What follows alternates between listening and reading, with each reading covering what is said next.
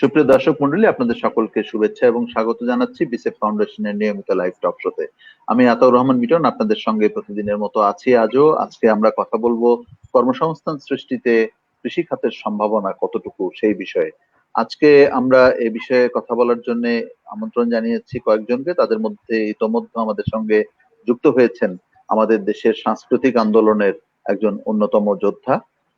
বাংলাদেশ উদীচী শিল্পী গোষ্ঠীর সঙ্গে তিনি জড়িত আছেন, কিন্তু একই সাথে উন্নয়ন কর্মী।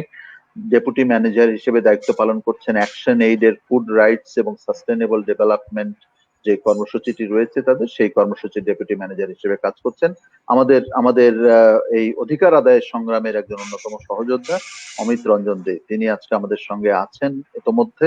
এবং আমাদের সঙ্গে ইতোমধ্যে আছেন জনাব রেজাউল করিম সিদ্দিক। অধ্যাপক রেজাউল করিম সিদ্দিক আপনারা সবাই জানেন, তিনি এদেশের একজন জনপ্রিয় গণমাধ্যম ব্যক্তিত্ব। মাটি এবং মানুষ অনুষ্ঠান যেটা বাংলাদেশ টেলিভিশনে হচ্ছে, সেই 36 বছর সময় ধরে তিনি সেই অনুষ্ঠানটির উপস্থাপনা করে চলেছেন এবং এদেশের মাটি এবং মানুষের সঙ্গে, কৃষির সঙ্গে তার নিবিড় সম্পর্ক। রেজাউল করিম সিদ্দিকও আজকে আমাদের সঙ্গে আছেন। আমরা আশা করছি আরো দুজন আমাদের সঙ্গে যুক্ত হবেন। সময়ের কারণে আমরা তাদের জন্য অপেক্ষা না করে শুরু করে দিয়েছি। তারা আসা মাত্রই আমরা তাদেরকে যুক্ত করে নেব এবং আমাদের আলোচনা আমরা এগিয়ে নেব। আমরা, আপনারা জানেন সকলেই দর্শক মন্ডলী, যে আমরা কথা বলি কৃষি এবং খাদ্য নিরাপত্তার বিভিন্ন বিষয়গুলো নিয়ে। বিসেফ ফাউন্ডেশন একটি নাগরিক সংগঠন, তারা পলিসি অ্যাডভোকেসি করে থাকে এবং তাদের ফোকাসের জায়গাটি হচ্ছে যে সবার জন্য নিরাপদ খাদ্য নিশ্চিত করা, পুষ্টিকর খাদ্য নিশ্চিত করা। একই সাথে কৃষি এবং খাদ্যের যে বিভিন্ন ইস্যুগুলো আছে, সেই ইস্যুগুলো নিয়ে নাগরিক ভাবনা, উদ্বেগ, পরামর্শ সেগুলো নীতি নির্ধারণী পর্যায়ে তুলে দেওয়াটাও আমাদের উদ্দেশ্য। এবং আমরা প্রতিদিনই অলমোস্ট কোনো না কোনো বিষয় নিয়ে কথা বলছি এবং সেই যে আলোচনাগুলো হচ্ছে সেই আলোচনাগুলোর একটা সারমর্ম পলিসি লেভেলে তুলে দেওয়ার জন্য আমরা চেষ্টা করছি, আমরা সক্রিয় রয়েছি। ইতিমধ্যে আমাদের সঙ্গে যুক্ত হয়েছেন, আমি স্বাগত জানাচ্ছি প্রফেসর ডক্টর শামসুল বারী। প্রফেসর ডক্টর শামসুল বারী সাভার বিশ্ববিদ্যালয় কলেজে অধ্যাপনার সঙ্গে জড়িত আছেন। সাভার নয়, আচ্ছা, ধামরাই সরকারি কলেজ। আচ্ছা, ধামরাই সরকারি কলেজ, আমি দুঃখিত। রেজা ভাই, আমাদের রেজা ভাই সাভার কলেজে ছিলেন, আমি ভেবেছি সেই অর্থে সাভার কলেজ। আমি দুঃখিত। যাই হোক, রেজা ভাই বিস্তারিত বলবেন ডক্টর শামসুল বারীকে সম্পর্কে। আমি বারী ভাইকে স্বাগত জানাচ্ছি। আমাদের সঙ্গে এই মুহূর্তে যুক্ত হলেন জনাব বদরুল হায়দার ব্যাপারী। বদরুল হায়দার ব্যাপারী একজন একজন কৃষি উদ্যোক্তা, একজন কৃষি সংগঠক, কৃষক সংগঠক, এবং তিনি নানান ভাবেই, আপনারা জানেন যে বদরুল হায়দার ব্যাপারী তিনিও আমাদের কৃষি একজন একজন যোদ্ধাই আমরা বলতে পারি। তিনি নানাভাবে কাজ করছেন। তো যাই হোক, যেটা আমি বলছিলাম, যে আজকে আমরা আলোচনা করব কর্মসংস্থান সৃষ্টিতে কৃষি খাতের সম্ভাবনা কতটুকু। কেন আমরা এই বিষয়টি গুরুত্বপূর্ণ মনে করি তার একটু প্রেক্ষাপট যদি আপনাদেরকে দেই। আমরা সবাই জানি, আমরা সবাই জানি যে আমাদের দেশের একটা বড় জনগোষ্ঠী তারা বেকার। আমি তরুণ জনগোষ্ঠীর কথা বলছি। আমি যেহেতু তরুণদের নিয়ে কাজ করি, আমাদের মতান্তরে প্রায় 2 কোটি যুবক বাংলাদেশে বেকার। এবং এই বেকারদের সাথে প্রতি বছর প্রায় 10 লক্ষ যুক্ত হয়। তো এই যে একটা সংখ্যা বাড়তে আছে, সকলের কর্মসংস্থান করা সম্ভব নয়, এটা আমরা বুঝি। কর্মসংস্থান করা সম্ভব নয়, ফলে সকলকে আত্মকর্মসংস্থান সৃষ্টির জন্য সকলের পক্ষ থেকেই পরামর্শ দেওয়া হয়ে থাকে। এমনকি রাষ্ট্রের অভিভাবক, আমাদের দেশের সরকারের অভিভাবক মাননীয় প্রধানমন্ত্রী, তিনিও সবসময় বলেন তরুণদেরকে আত্মকর্মসংস্থানে ব্রতী হতে। এখন আত্মকর্মসংস্থান তো একটা কোথায় হবে, কোন কোন খাতে হবে, সেটা একটা প্রশ্ন। এবং আমরা মনেই করি যে বাংলাদেশের কৃষি খাত হচ্ছে আত্মকর্মসংস্থানের সবচাইতে বড় একটা জায়গা। কেন এটা সবচেয়ে বড় জায়গা, আর সেটাও আপনারা জানেন, আমি খালি একটু মনে করিয়ে দিচ্ছি, সূত্রটা ধরিয়ে দিচ্ছি। সেটা হচ্ছে যে আমাদের যে বর্তমান শ্রমশক্তি, বাংলাদেশের যে শ্রমশক্তি, ফর্মাল এবং ইনফর্মাল সেক্টর সবটা মিলিয়ে তার 60% কিন্তু কৃষির সঙ্গে জড়িত। প্রত্যক্ষ এবং পরোক্ষভাবে প্রায় 60% শ্রমশক্তি কৃষির সঙ্গে জড়িয়ে আছে। এবং আমাদের যে অর্থনীতি, সেই অর্থনীতিতেও কৃষি একটি বড় ভূমিকা এখনো রেখে চলেছে। এবং বিশেষজ্ঞরা বলছেন আগামীতে এই করোনা পরবর্তী যে অর্থনীতি, বিশ্ব অর্থনীতি, সেই করোনা পরবর্তী বিশ্ব অর্থনীতিতেও বাংলাদেশের মতো দেশগুলো, যাদের অর্থনীতি কৃষি নির্ভর, যাদের কৃষিতে জনশক্তি বেশি রয়েছে, তারা কিন্তু আগামীতে একটা সুবিধাজনক অবস্থানে থাকবে। কেননা পৃথিবীর অনেক দেশেই এখন খাদ্য উৎপাদন কমে যাবে, কৃষি খাতে কাজ করার লোক ইতিমধ্যেই কমতে শুরু করেছে। আমরা সবাই জানি উন্নত দেশগুলোতে কৃষি করার লোক পাওয়া যায় না। সেরকম একটা ক্ষেত্রে আমাদের এখানে কিন্তু একটা অপার সম্ভাবনা রয়েছে। আবার এই যে আমরা সম্ভাবনার কথা বলছি, এই সম্ভাবনাও আবার এর উল্টো চিত্রটাও রয়েছে। অনেক বাধা রয়েছে, অনেক মুকুল করিতেই চলে যাচ্ছে, অনেক স্বপ্ন আমাদের শৈশবেই হারিয়ে যাচ্ছে। আমাদের তরুণরা অনেক কিছু করতে চায়, তারা সাহসে বুক বাঁধে, রঙিন স্বপ্ন দেখে, তারা একটা শুরু করতে চায় কিন্তু শুরু করতে পারে না। সেখানে কিছু বাস্তব সমস্যা রয়েছে। তারপরেও আমরা বলছি যে কৃষি খাতই আমাদের সম্ভাবনাময়, এবং কর্মসংস্থান যদি সৃষ্টি করতে হয় তাহলে কৃষি খাতকেই আমাদের অগ্রাধিকার দিতে হবে। এবং এই খাতে যে বটলনেকস বা বাধা যেগুলো রয়েছে, সেই বাধাগুলো কি সেগুলো যদি আমরা সঠিকভাবে চিহ্নিত করতে পারি তাহলে মনে হয় সেই বাধাগুলো আমরা দূর করতে পারবো। মনে রাখতে হবে যে কৃষি ক্ষেত্রে কর্মসংস্থানের বাধা শুধুমাত্র টাকা নয়। টাকা একটা ফ্যাক্টর, পুঁজি একটা ফ্যাক্টর, কিন্তু আরো কিছু ফ্যাক্টর রয়েছে, সেগুলোও আমরা আজকে শুনবো।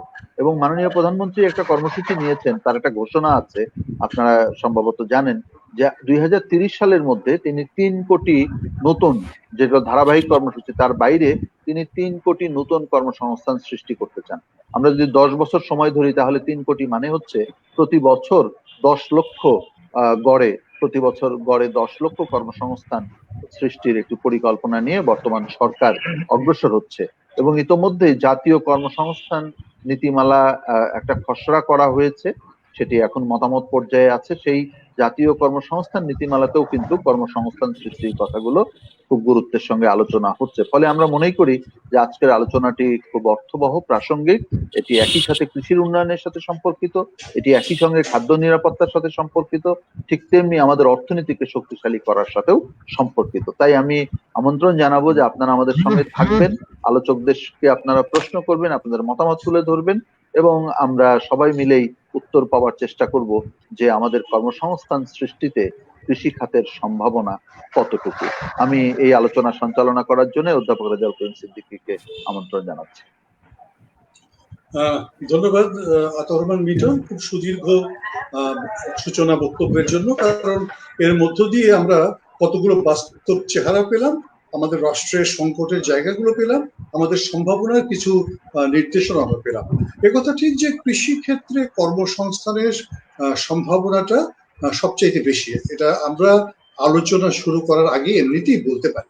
যেমন আমরা যদি এভাবে বলি যে তৃণমূল পর্যায়ে যে ছেলেটি বা যে মেয়েটি এসএসসি বা এইচএসসি পরীক্ষায় উত্তীর্ণ হয়েছে বা হয় নাই, তার কর্মসংস্থানের জায়গাটিও কৃষি। যে ছেলেটি বা মেয়েটি কৃষি একটু উচ্চশিক্ষা পেয়েছে, তার কর্মসংস্থানের জায়গাটিও কিন্তু কৃষি। আবার বর্তমান যুগে এসে আমরা দেখতে পাই যারা বিবিএ, এমবিএ বা ইঞ্জিনিয়ারিং এ সমস্ত পড়াশোনা করেও বেরিয়ে আসছেন, তাদের কর্মসংস্থানের জায়গাটিও কিন্তু কৃষি। এত ব্যাপক পরিসরে কর্মসংস্থানের ক্ষেত্র আর কোনো জায়গাতে নেই। কারণ কৃষিতে আপনি যেমন ধানও বাঁধতে পারেন, আপনি শিবের গীতও গাইতে পারেন। এরকম ভাবেই বলা যায় যে সকল স্তরে এর কার্যক্রমটি আছে। এখানে তিনজন আলোচক আছেন এবং আমরা তিনজনকে ইতিমধ্যেই আতাউর রহমান মিটন তিনি পরিচয় করিয়ে দিয়েছেন। অমিত রঞ্জন দে, যিনি প্রত্যক্ষভাবে কৃষি নিয়ে কাজ করেন না কিন্তু তরুণদের নিয়ে কাজ করেন, এবং আরেকটা কাজ করেন হচ্ছে তিনি খাদ্য নিরাপত্তা নিয়ে কাজ করেন। অতএব স্বাভাবিকভাবে খাদ্য নিরাপত্তার কোন কোন জায়গাগুলোতে আমাদের তরুণরা কর্মসংস্থানের ক্ষেত্র তৈরি করতে পারেন সেটি অমিত বলতে পারবেন। প্রফেসর ডক্টর শামসুল বারীর একটা আলাদা পরিচয় আছে। উনি নিজে ব্যক্তিগতভাবে ব্যবস্থাপনা শিক্ষক, কিন্তু উনি তরুণদেরকে নিয়ে কাজ করেন। উনি বিশ্ববিদ্যালয়, ওনার কলেজের ছাত্রদেরকে নিয়ে কাজ করেন, অন্যান্য কলেজের ছাত্রদেরকে নিয়ে কাজ করেন। যিনি নিজে ভার্মি কম্পোস্ট করেন, যিনি মাছের খামার করেন, এবং তার ছাত্রদেরকে তিনি এই সমস্ত কাজের মধ্যে যুক্ত করে কৃষি ব্যবসায় প্রণোদনা দেওয়ার চেষ্টা করেন। বদরু হেদার ব্যাপারে তিনি আমাদের নগর কৃষির সাথে কাজ করেন এবং আমাদের ছাদ বাগান করার থেকে শুরু করে উপকরণ সরবরাহ করার থেকে শুরু করে গ্রামীণ উদ্যোক্তা তৈরি করার ক্ষেত্রে তিনি কাজ করেন। অতএব প্রত্যেকেরই কিন্তু এই জায়গাটিতে প্রত্যক্ষ কাজের অভিজ্ঞতা আছে এবং প্রত্যেকেরই নানা রকমের চ্যালেঞ্জ, শুভ ঘটনা, সুন্দর ঘটনা এবং আবার একই সাথে সমস্যাগুলো তাদের জানা। আমি অমিত রঞ্জনদের কাছেই প্রথমে যাব, যে অমিত রঞ্জন দে অ্যাকশন এইডে কাজ করেন এবং তিনি বলা চলে যে একজন নগরের শুদ্ধ মানুষ শুধুমাত্র নয়, একজন সংস্কৃতি কর্মী শুধু নয়, শ্রমজীবী মানুষের অধিকারের জায়গাতেও তিনি জড়িত। কৃষি ক্ষেত্রে কর্মসংস্থানের সম্ভাবনার জায়গাটি কোথায় বা অমিত রঞ্জন কিভাবে সেটিকে দেখে, আমি তার কাছ থেকে জানতে চাই। অমিত রঞ্জন। ধন্যবাদ রানা ভাই আপনাকে। আপনি যথার্থভাবেই বলেছেন যে আমি সরাসরি কৃষির সাথে হয়তো নিজে যুক্ত না, কিন্তু কৃষকের সাথে আহ, একেবারে অঙ্গাঙ্গি ভাবে যুক্ত এবং তাদের সাথে কাজ করার কিছু সুযোগ আমার হয়। আমি আহ, আপনি যে জায়গাতে প্রশ্ন করেছেন তার আগে আমি একটু একটা দুইটা লাইন বলে নিতে চাই। মিটন ভাই যেখানে আলোচনা করছিলেন যে কৃষি কেন গুরুত্বপূর্ণ, কৃষি গুরুত্বপূর্ণ সেই কারণেই যে কৃষি না হলে আমরা বেঁচে থাকবো না। প্রথম বিষয়টা হচ্ছে আমার বেঁচে থাকার মূল উপাদান হচ্ছে কৃষি। এবং সংস্কৃতে একটা চমৎকার শ্লোক আছে, শ্লোকটা হচ্ছে এরকম যে সর্বং হন্তি বুভুক্ষতা, ক্ষুধা সবকিছুকেই হত্যা করে। আপনারা যারা 93-94 সালের দিকে সোভিয়েত ইউনিয়নের এক ধরনের বিপর্যয়ের পর আজকের কাগজ পত্রিকায় অধ্যাপক যতীন সরকারের একটি লেখা ছিল ঠিক এই শিরোনামেই, সর্বং হন্তি বুভুক্ষতা। তো সেখানে তিনি খুব চমৎকার করে বলছেন যে যদি কোথাও কারোর এখান থেকে খুব শব্দ হচ্ছে, যদি একটু মিউট করে। হ্যাঁ, আমার কাছে আমি একটু বলি যে যিনি কথা বলছেন তিনি ছাড়া বাকিরা তাদের মাইক্রোফোনটি বন্ধ করে দিন। আমরা কথা যখন বলবো তখন নিজেদের মাইক্রোফোনটি ওপেন করে নেব। জি, অমিত, আমার মনে হয় আপনি এখন শুরু করতে পারেন। ধন্যবাদ রানা ভাই। যে উনি খুব চমৎকার করে বলছেন যে ওই লেখার একদম শুরুতেই লেখাটা শুরু করেছেন এভাবে যে যদি কোথাও দর্শনের আলোচনা হতে থাকে সেখানে যদি কাব্য চর্চা শুরু হয়ে যায় তাহলে দর্শনের আলোচনা বন্ধ হয়ে যাবে। কাব্যেন দর্শনাং হন্তি, কাব্য দর্শনকে হত্যা করে। আবার যদি কোথাও কাব্য চর্চা হতে থাকে সেখানে যদি সঙ্গীত চর্চা শুরু হয়ে যায় তাহলে কাব্য চর্চা বন্ধ হয়ে যাবে, কারণ কাব্য অপেক্ষা সঙ্গীত আরো বেশি চিত্তাকর্ষী। যদি কোথাও সঙ্গীত চর্চা শুরু হয়ে যায় চলতে থাকে সেখানে যদি নারী বিলাসের আকর্ষণ চলে আসে তাহলে সঙ্গীত চর্চা বন্ধ হয়ে যাবে, কারণ সঙ্গীত অপেক্ষা নারী বিলাসের আকর্ষণ আরো বেশি প্রকট। ঠিক একইভাবে যদি আপনার নারী বিলাসের আকর্ষণও বন্ধ হয়ে যাবে যদি কিনা আপনার পেটে ভাত না থাকে, সর্বং হন্তি বুভুক্ষতা। এবং উনি খুব চমৎকার করে সোভিয়েত ইউনিয়নে সমাজতান্ত্রিক যে ব্যবস্থা সেই ব্যবস্থার ধস নামার পরে আপনারা অনেকেই জানেন যে সেখানে এক টুকরো বিড়ালের মাংসের জন্য একটা শ্রেণীর মধ্যে কামড়াকামড়ি শুরু হয়ে গেছিল সেটি পাওয়ার জন্য। এবং তিনি ওটাই বলার চেষ্টা করেছিলেন তার লেখার মধ্য দিয়ে যে যে ব্যবস্থার মধ্যে হয়তো একটা সুন্দর ঘড়ি তাদেরকে দিতে পারেনি, কিন্তু এরকম কোন অবস্থা ছিল না যে এক টুকরো বিড়ালের মাংসের জন্য তাদেরকে কামড়া কামড়ি করতে হয়েছে। যাই হোক, আমি সেই প্রসঙ্গে এখন আলোচনায় না যাই। আমি শুধু এটি বলার চেষ্টা করলাম এর মধ্যে দিয়ে যে খাদ্যটা কতখানি গুরুত্বপূর্ণ, এবং এইটা যদি না থাকে এবং মানুষের পেটে যদি ভাত না থাকে তাহলে আর যত ধরনের উপকরণ আমরা দেখি, এমনকি আমার পোশাক, আমার চোখে যে চশমা, এর সবকিছুই এর কোনোটারই কোনো মূল্য থাকবে না যদি আমার পেটে ভাত না থাকে, আমি যদি বেঁচে না থাকি। সুতরাং খাদ্য অবশ্যই গুরুত্বপূর্ণ, এবং সেই খাদ্যের যে উপকরণ বলেন, সেই খাদ্য উৎপাদনের যে প্রক্রিয়া বলেন, সেটি নিঃসন্দেহে গুরুত্বপূর্ণ।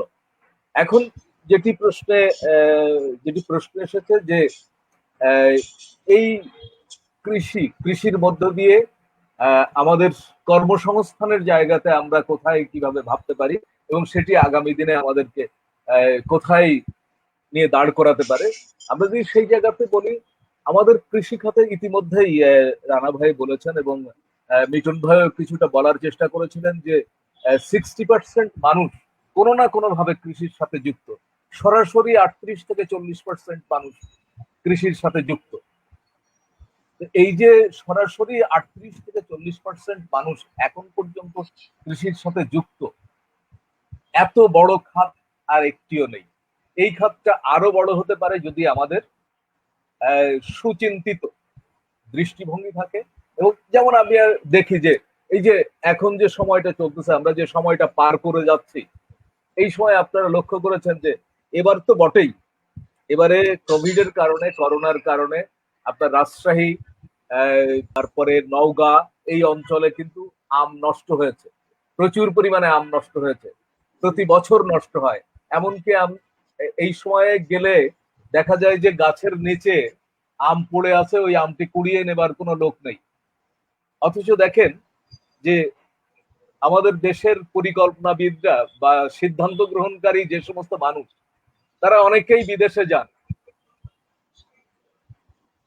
ভিয়েতনাম যান, আপনার থাইল্যান্ড যান, সেখান থেকে ফেরার পথে ব্যাগে করে নিয়ে আসেন আমের চিপস, নিয়ে আসেন কাঁঠালের চিপস। অথচ এই জিনিসগুলো কিন্তু এখানেও তৈরি করা সম্ভব, শুধুমাত্র ওই প্রক্রিয়াজাতকরণের কারণে আজকে আমার আম গাছের নিচে পড়ে থাকছে। কাঁঠালের চিপস হতে পারে, সেই কাঁঠালের চিপস না হয়ে সে কাঁঠাল পচে যাচ্ছে। কাঁঠালের তো বহুমুখী ব্যবহার হতে পারে, আপনারা জানেন যে সেই বহুমুখী ব্যবহারটাকে আমরা পরিকল্পিতভাবে করছি না। সেই পরিকল্পিতভাবে যদি, যেমন কাঁঠালের বিচি একভাবে ব্যবহার করা যায়, কাঁঠাল একভাবে ব্যবহার করা যায়, তার যে খোসা, সেটিকে আমরা গরু, ছাগল, এদের জন্য ব্যবহার করতে, এই যে বহুমুখী ব্যবহার, সেই জায়গাতে আমরা যদি নিতে পারি, আমরা যদি ওটাকে প্রক্রিয়াজাত করে ওখান থেকে চিপস তৈরি করতে পারি, আমরা যদি আম সত্যটাকে, আমাদের যে তরুণ প্রজন্ম আজকে বসে আছে, সেই তরুণ প্রজন্ম কিন্তু এই ম্যানুফ্যাকচারিং এর কাজে তাদেরকে যদি আমরা উৎসাহ দিতে পারি, প্রণোদনা দিতে পারি, তাদেরকে এই খাতে যুক্ত করতে পারি, তাহলে কিন্তু আজকে একটা বড় অংশ যে যুবকরা বসে আছে, যারা কাজ পাচ্ছে না, যারা বুঝতে পারছে না যে কোথায় যাবে, তাদের জন্য কিন্তু একটা বড় ধরনের কর্মসংস্থান হতে পারে। ইতিমধ্যে আলোচনা এসেছে আমাদের মধ্যে ইয়ে ডক্টর এই প্রফেসর ডক্টর শামসুল বারী আছেন, উনি হয়তো বলবেন, আমি শুধু এক দু লাইন বলে শেষ করতে চাই। আজকে আমার কৃষিখাতে আমি যেটা আমরা দেখতে পাচ্ছি, রাসায়নিক সার এবং কীটনাশকে একেবারে ছয়লাভ হয়ে গেছে, এবং সেটার কারণে আমার চিকিৎসা ব্যয় বেড়ে গেছে। এবং এটা একদিকে যেমন হয়েছে, অন্যদিকে আমার জমির স্বাস্থ্য, মানুষের স্বাস্থ্য নষ্ট হচ্ছে, জমির স্বাস্থ্যও নষ্ট হচ্ছে। এবং জমির অবস্থা তো এখন, আপনার কয়েক বছর যদি এভাবে চলতে থাকে, এই পরিমাণে রাসায়নিক সার এবং কীটনাশক ব্যবহার হতে থাকে জমিতে, তাহলে এই জমি আগামী দিনে আর ফসল দেবে না। আমরা ওখান থেকে আমার জন্য যে পর্যাপ্ত, যে পরিমাণ ফসল দরকার, সেই ফসল আমি পাবো না যদি ওর স্বাস্থ্য রক্ষা করতে না পারি। আজকে সেখানে ইতিমধ্যেই ইয়েতে এসেছে যে ভার্মি কম্পোস্টের কথা এসেছে। ভার্মি কম্পোস্ট সহ আমার যে জৈব প্রক্রিয়ার যে সারগুলো, সেই সারগুলোকে যদি আমরা করতে পারি, এবং সেইখানেও কিন্তু আমাদের তরুণ প্রজন্ম থেকে শুরু করে সেটা তৈরি করার সাথে যুক্ত থাকতে পারে, সেটা প্রক্রিয়াজাতকরণ করার থাকতে পারে, এবং সেটি মার্কেটিং এর সাথে, বাজারজাতকরণের সাথেও কিন্তু আমাদের তরুণ প্রজন্ম যুক্ত হতে পারে। এবং আজকে ঢাকা সহ বিভিন্ন জায়গাতে, বিভিন্ন শহরে যে ছাদ কৃষি, ইতিমধ্যে বদরুল হায়দার ব্যাপারী আছেন, উনি হয়তো বলবেন, আমি ডিটেল করতে চাই না, আমি খুব ছুঁয়ে যেতে চাই যে আজকে যে ছাদ কৃষির প্রচলন শুরু হয়েছে, সেই ছাদ কৃষির সাথে আমার ভার্মি কম্পোস্ট সহ জৈব যে সার, সেই সার কিন্তু ব্যাপকভাবে যদি আজকে সরবরাহ করা যায়, ঢাকা শহর অনেকেই ছাদ কৃষি করছেন, তারা কিন্তু পর্যাপ্ত পরিমাণে এই সারগুলো পাচ্ছেন না। তাদের যদি সরবরাহটা থাকে, তাহলে কিন্তু এই ছাদ কৃষি আরো বেশি সম্প্রসারিত করা সম্ভব। তো এইটা গেল একটা দিক। আরেকটি, দাদা ভাই, আমি কি কন্টিনিউ করব? আমরা পরে আসি অমিত, আমি আপনার কাছে পরে আসি। হ্যাঁ, আপনি বলেন। আমরা, আপনি যদি এই মুহূর্তে কোনো কিছু যুক্ত করার থাকেন, আমরা পরেও আপনার কাছে আরেকবার আসতে চাই। তাহলে আমি আরেকটা জিনিস বলে শেষ করি, তারপরে আবার আসবো। তাহলে আরেকটা বিষয় যেটা আমি বলছি, শুধুমাত্র কৃষির মধ্যে তো এই জিনিসগুলো না, এর বাইরে আমার যে পোল্ট্রি গুলো আছে, আমার যে গরুর খামার, আমার যে হাঁস মুরগি, এই এখান থেকেও কিন্তু নানা ধরনের, এটা শুধু প্রতিপালন বিষয় না, এটা শুধু মাংস না, এর সাথে দুধ আছে, এর সাথে ডিম আছে, মাছ আছে। এই যে জিনিসগুলো, এইটার এইটারও প্রক্রিয়াকরণের সাথে কিন্তু একটা ব্যাপক সংখ্যক মানুষ ইতিমধ্যে যুক্ত হয়েছে। আরো অনেক মানুষকে যুক্ত করা সম্ভব। আজকে দেখেন, একটা বড় খাতকে আমরা নষ্ট করে দিচ্ছি। যখন সারা বিশ্বে এইটার একটা চাহিদা তৈরি হয়েছে, সারা বিশ্বে মানুষ পরিবেশের প্রতি সচেতন হচ্ছে। আমার পাট খাত, এই পাট খাতে আজকে আমাদের পাটকল গুলো বন্ধ করে দিচ্ছি, পাটকল বন্ধ করে ফেলছি, অথচ সারা বিশ্বে আজকে পাটের চাহিদা বাড়ছে, পাটজাত পণ্যের চাহিদা বাড়ছে। এরকম একটা অবস্থায় দাঁড়িয়ে আমার দেশের পাটকল গুলো বন্ধ হয়ে যাচ্ছে। এই প্রত্যেকটি জায়গাতেই সুপরিকল্পিত ভাবে যদি আমরা নজর দিতে পারি, আমার ধারণা এখানে একটা ব্যাপক সংখ্যক মানুষের কর্মসংস্থান হবে, আমার দেশের অর্থনীতি আরো বেশি সম্প্রসারিত হবে, আরো বেশি সমৃদ্ধ হবে। আমার মনে হয় আপাতত আমি এখানে ধন্যবাদ অমিত রঞ্জন দে। আসলে আমরা তো মানে কৃষি উৎপাদনের জায়গা, ব্যাকয়ার্ড লিঙ্কেজের জায়গা, ফরওয়ার্ড লিঙ্কেজের জায়গা, সব জায়গাতেই আমরা কৃষির এই সম্ভাবনাগুলোকে আমরা দেখতে পাই। আপনি যথার্থই বলেছেন যে আমরা কৃষির ক্ষেত্রে যে সমস্ত সৃজনশীল জায়গাগুলো আছে সে সমস্ত ক্ষেত্রে আমাদের তরুণদেরকে আকৃষ্ট করতে পারি। আমি প্রফেসর ডক্টর শামসুল বারী আপনার কাছে আসবো, তার আগে আমি বদরুল হায়দার ব্যাপারীর কাছ থেকে জানতে চাই যে আপনার এক্সপেরিয়েন্সটা কি, যে আমরা কোথায় কোথায় আমাদের কর্মসংস্থানের ক্ষেত্র তৈরি করতে পারি। আপনি অনেকগুলো কথা আজকে অমিত রঞ্জন বলেছেন, তার সাথে যদি আপনার নতুন কিছু যুক্ত করার থাকে সেগুলোকে দিয়ে আমরা আমাদের আলোচনার এই জায়গাটিতে যেতে চাই। বদরুল হায়দার ব্যাপারী, আপনি আমাদেরকে বলুন কোথায় কোথায় কর্মসংস্থানের ক্ষেত্র তৈরি হতে পারে, এই অমিত রঞ্জনের সাথে আপনি কি কি যুক্ত করতে চান? ধন্যবাদ রেজাউল করিম সিদ্দিকী ভাইয়াকে। আমি একটু কথা বলে নেই। আজকে আমার ভালো লাগার জায়গাটা হলো যে আজকে সেমিনারে জনাব ডক্টর শামসুল বারী স্যার উপস্থিত আছেন, আমি আছি। তিনি আমাদের সংগঠনের সিনিয়র সহসভাপতি এবং ভারপ্রাপ্ত সভাপতি হিসেবে দায়িত্ব পালন করছেন, অর্থাৎ কিছু চাষিদের নিয়ে সংগঠন বাংলাদেশ ধার্মিক উৎপাদক অ্যাসোসিয়েশনের। এজন্য খুব ভালো লাগছে।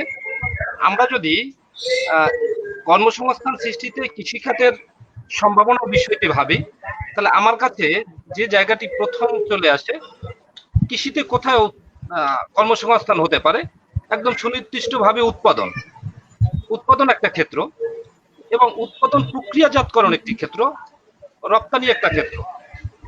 এই তিনটা ক্ষেত্রে সরাসরি আমাদের কর্মসংস্থান সৃষ্টি হতে পারে। এখন উৎপাদন ক্ষেত্রে যদি আমরা আলোচনা যাই, উৎপাদনের ক্ষেত্রে আমাদের খুব বেশি মাটি আর বাকি নেই যে আমরা উৎপাদনের জন্য ব্যবহার করতে পারি। যতটুকু জমি বাকি আছে, পাহাড়ি অঞ্চল কিংবা চর অঞ্চল, এটাকে আমরা আবাদের আওতায় নিয়ে আসতে পারি। এক্ষেত্রে আমাদের উৎপাদন ভিত্তিক কর্মসংস্থান সৃষ্টি হতে পারে। কিন্তু আমরা যদি উচ্চ মূল্যের ফসল উৎপাদন করতে পারি, সেই জায়গাটিতে আমাদের কর্মসংস্থান সৃষ্টি হতে পারে। এটি একটি পয়েন্ট যোগ হতে পারে। এখন উচ্চমূল্য ফসলে কিভাবে কর্মসংস্থান সৃষ্টি হতে পারে, যে উচ্চমূল্যের অনেক ফসল আমরা আমদানি করে থাকি।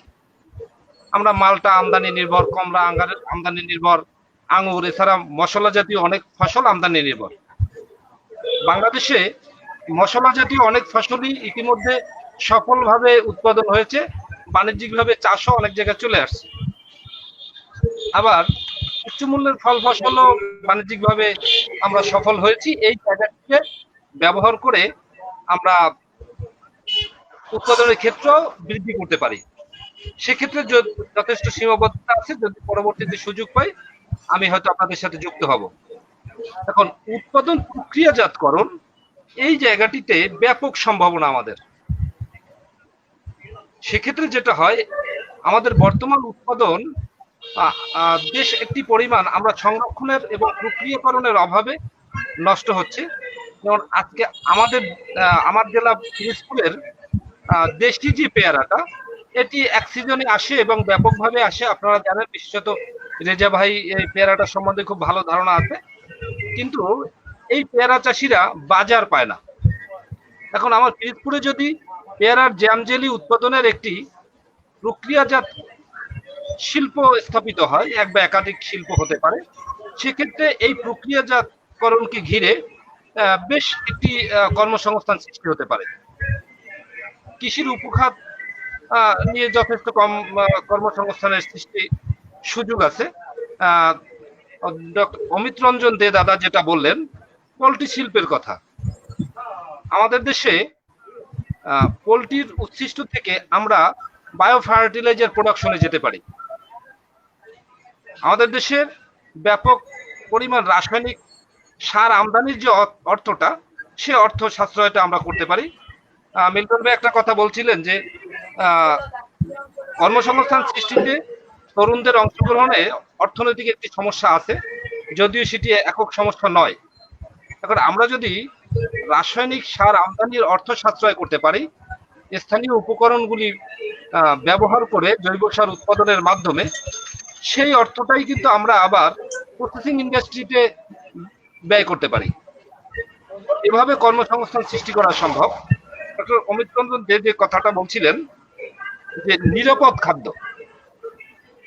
খাদ্যকে আমাদের ফসলটা যদি আমরা নিরাপদভাবে উৎপাদন করতে পারি, অর্থাৎ আমাদের বাড়তি জমি নেই, যে জমিতে আমরা যে ফসল উৎপাদন করছি এই ফসলটা যদি আমরা নিরাপদ উৎপাদন করতে পারি, তাহলে রপ্তানির বাজারটা আমরা আরো সম্প্রসারণ করতে পারবো।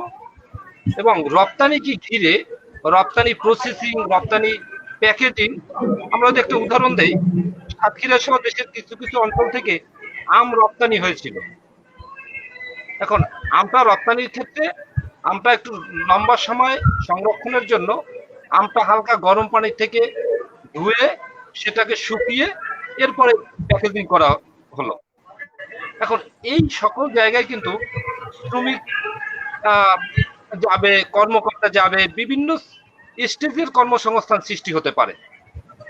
এক কথায় যদি আমরা যাই, উৎপাদনের ক্ষেত্রে নিরাপদ উৎপাদন, উচ্চ মূল্যের ফসল উৎপাদন, উৎপাদনের ক্ষেত্রে যে ইনপুটগুলি আমরা ব্যবহার করি সেক্ষেত্রে স্থানীয় উপকরণ সমূহ আমরা ব্যবহার করে আমরা কর্মসংস্থান সৃষ্টি করতে পারি।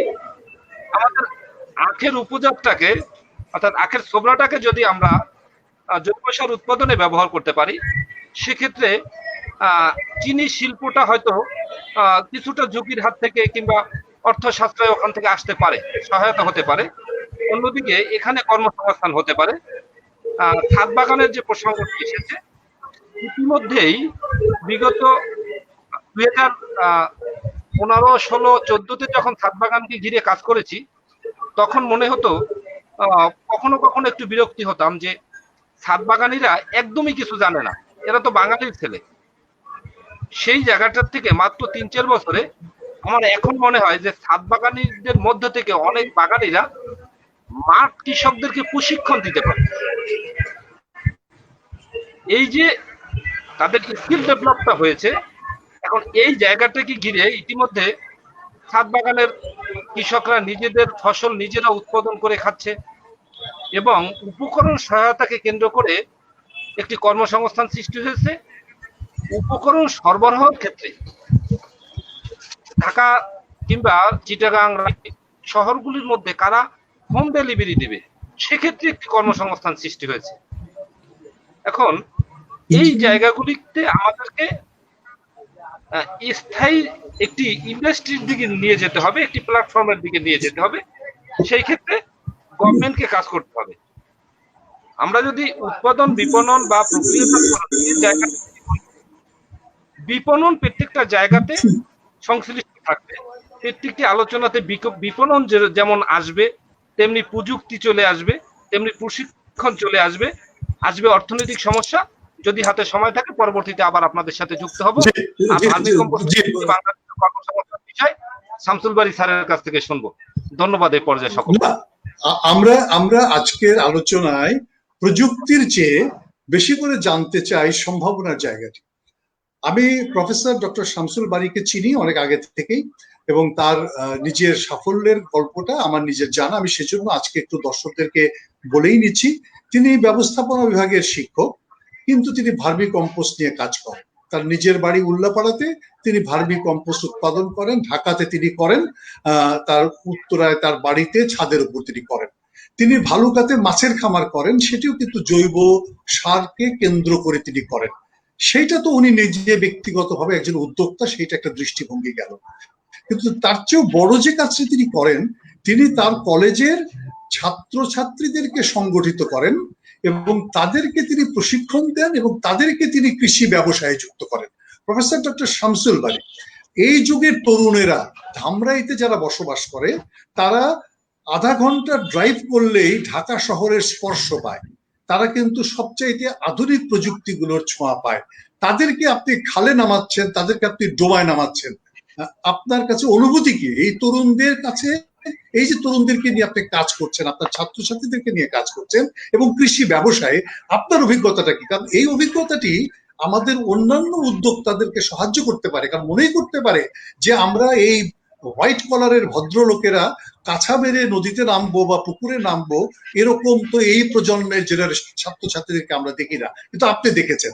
আমি আপনার ছাত্রদের বাড়িতেও গিয়েছি। আপনার অভিজ্ঞতাটি আমাদেরকে বলুন, পরবর্তীতে আপনাকে নিয়ে আমরা কর্মসংস্থানের জায়গায় আলোচনা করব। প্রফেসর ডক্টর শামসুল বারী। ধন্যবাদ রানা ভাই। আমি সবচেয়ে সৌভাগ্যবান আজকে, এবং অমিতদের সাথেও আমার কথা হয়েছে, অমিতদা হয়তো খেয়াল করতে পারছে না, কিন্তু রানা ভাই আপনার সাথে বাসে উঠতে যে অনেকবার ধাক্কা লেগেছে।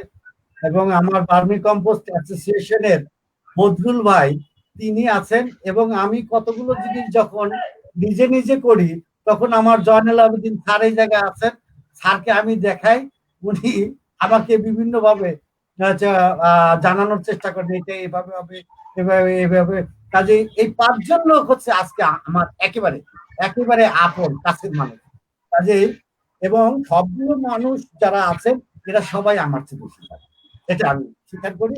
কারণ আমার কাজটা ম্যানেজমেন্টের, কিন্তু কাজ করছি হচ্ছে হয়তো সোশ্যাল ওয়ার্কের কাজ করছি, সায়েন্সের, জুলজি, বোটানি সবগুলো মিলে কাজ করছি, যেটা আমার ধারণার ভিতরে আসছে না। যে বিষয়টা যখন আমরা অনার্স লেভেল থেকে যেটা এসে কর্মের সংস্থান বলতে, আমি একটু আগে একটু পিছনের দিক থেকে একটু আগাতে থাকি, যে আমাদের সামাজিক দায়বদ্ধতা যেমন আছে, আবার দৃষ্টিভঙ্গিরও বিষয় আছে। বিষয়টা একটা কমিটমেন্ট দরকার, যে আমি এই ছেলেগুলোকে কাজের সংস্থান ভবিষ্যতে লেখাপড়া করায় তারপরে দিতে পারবো কিনা, আর যদি দিতে যাই তাহলে সেই বিষয়গুলো তাহলে তারা সেইটার সাথে অ্যাডজাস্ট করতে পারবে না। কারণ হচ্ছে যে আপনারা হয়তো জানবেন এবং হয়তো আমাদের একটু বকাবকিও দিতে পারেন, তাহলে তোমরা কি শিখালা, এটা সত্য। শিক্ষা প্রতিষ্ঠানের স্টুডেন্টদের উপস্থিতি কিন্তু খুব একটা ভালো না। আমরা যেটা করি যে আমরা ফার্স্ট ইয়ারে স্টুডেন্টদের কালেক্ট করি, স্টুডেন্টদের কালেক্টেড ওদের ইনোভেটর কিছু ছেলে মেয়ে আমরা পাই, পেয়ে তারপরে হচ্ছে তাদেরকে মোটিভেট করি। মোটিভেট করে কলেজে তো আনুষঙ্গিক অনেক কাজ আছে, অনেক কাজ আছে, খেলাধুলা আছে, নাটক গান আছে, তারপরে বিভিন্ন কবিতা আবৃত্তি আছে, এগুলো সবগুলোই আছে, লেখাপড়াও আছে, রোভার্স আছে এবং রক্তদান কর্মসূচি আছে।